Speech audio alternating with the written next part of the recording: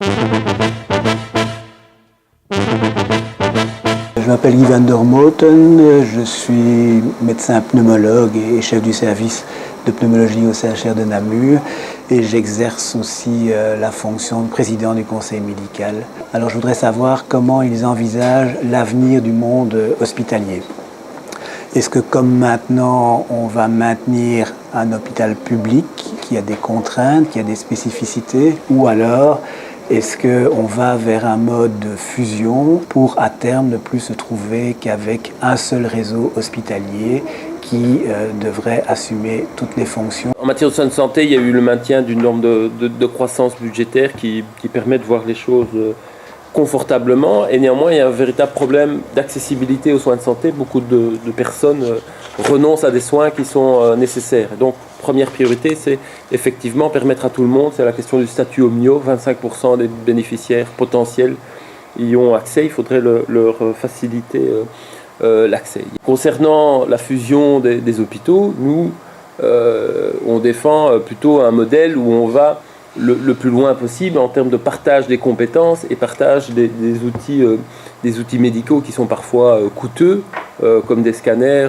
etc. Et qu'il ne faut pas se limiter à faire comme on l'a fait dans d'autres provinces, à faire une grosse structure publique versus une grosse structure associative, et qu'il faut travailler aux synergies les plus complètes possibles au profit des citoyens. Je crois que le premier maillon en matière de politique de soins de santé, c'est le médecin généraliste, avec toute la problématique des médecins généralistes en zone rurale. En ce qui concerne les hôpitaux, nous sommes vraiment, nous ne sommes pas partisans d'un regroupement et d'avoir des méga structures hospitalières, mais nous sommes plutôt pour la liberté de choix du patient, en sachant évidemment qu'il faut gérer les dépenses en soins de santé avec parcimonie et rationalité.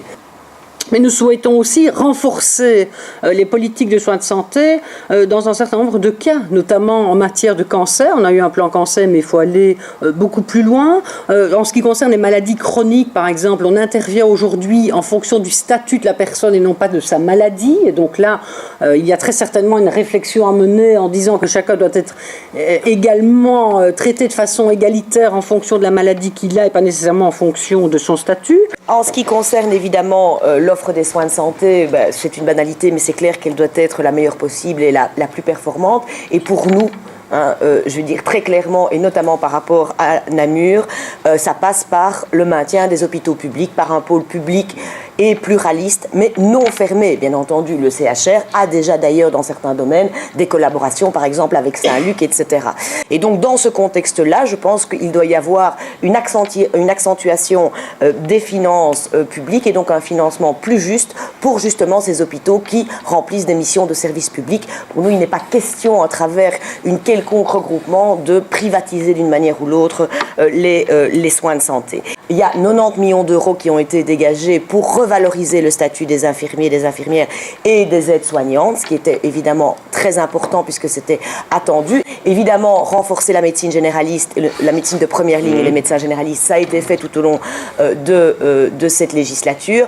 Et notamment, une de nos propositions est d'instaurer une consultation gratuite à partir de 40 ans chez le médecin généraliste, consultation de prévention. Je suis en matière d'enseignement comme en matière de médecine hostile à toute forme de fusion, ni privatisation des soins de santé, ni médecine d'État. Je pense qu'il faut encourager les collaborations, les synergies. Je pense que ça se fait d'ailleurs dans le Namurois de façon intelligente. On peut miser sur l'intelligence du corps médical et des gestionnaires des hôpitaux, qu'ils soient publics ou associatifs dans le Namurois. Je pense qu'il faut absolument que l'on insiste, même si ce n'est pas directement lié aux soins de santé, sur la mise en place d'une assurance dépendance. La question cruciale dès le lendemain des élections, ce sera évidemment la norme de financement des soins de santé.